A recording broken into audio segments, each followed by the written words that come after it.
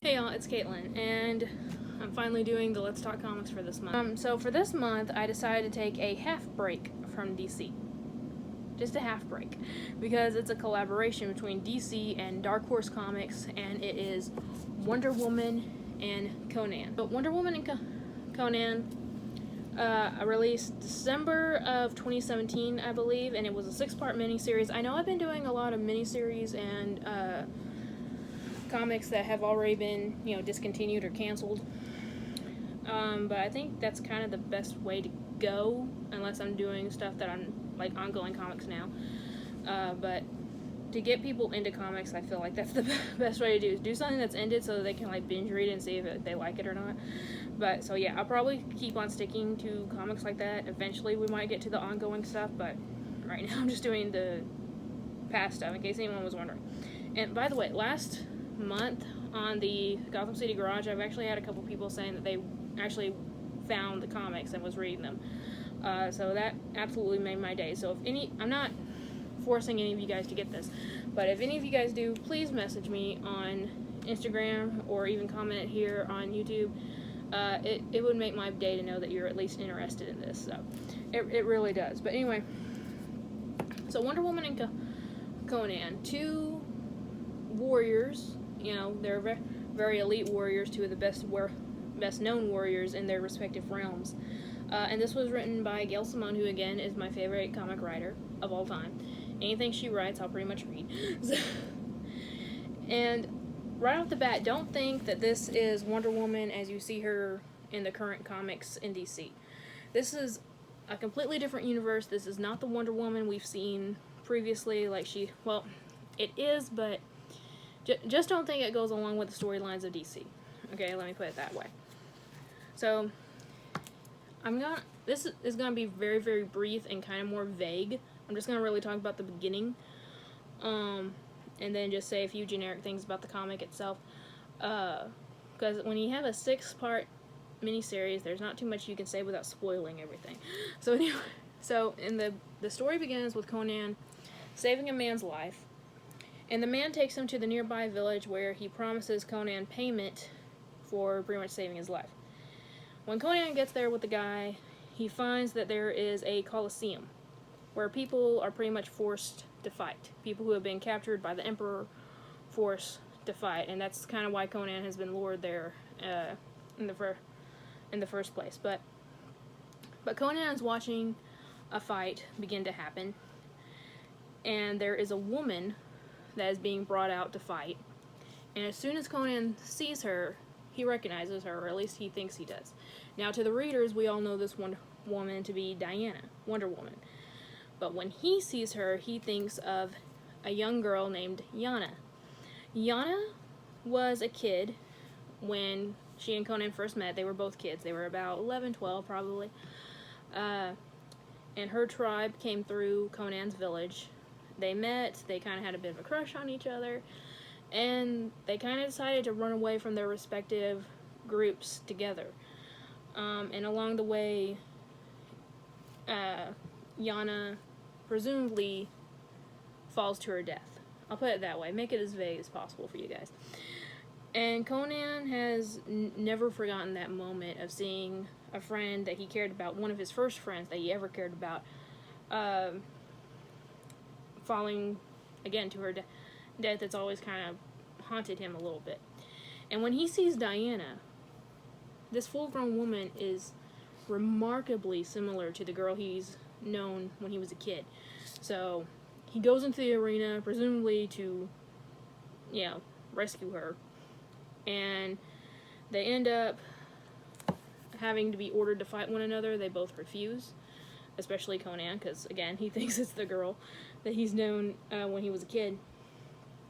And eventually, they both get recaptured, and because their refusal to fight, they get handcuffed to one another with a pretty long chain, but still cuffed together, bound together, and sent aboard a slave ship. Now, while all this is going on, Diana has no memory. She has lost her memory. She doesn't know her name. She vaguely remembers her tribe of the Amazons. She knows that there's a place where she needs to find it. She knows that somewhere out there, her home is there, and she just needs to find it. But she doesn't remember that it's specifically the Mascara. She doesn't remember the Amazons. The Amazons do come in this book eventually. I think it's like issue 5 that they finally come along. Maybe 4. But, yeah, the entire time Conan is trying to convince Diana that she is Yana. Meanwhile, Diana's memory is slowly coming back till one day she finally is like, I'm Diana. So, eventually she does remember her name before she remembers anything else.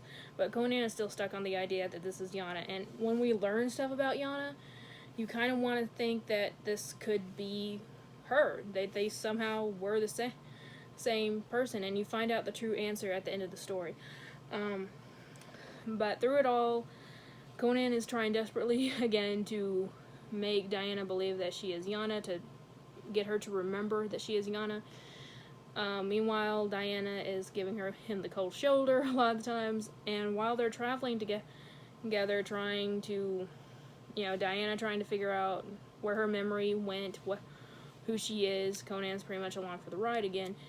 They learn a lot about each other and a lot from each other. Meanwhile, there's these 2 crow women, that I am not going to try to pronounce their name, or their title, I guess, because I can't.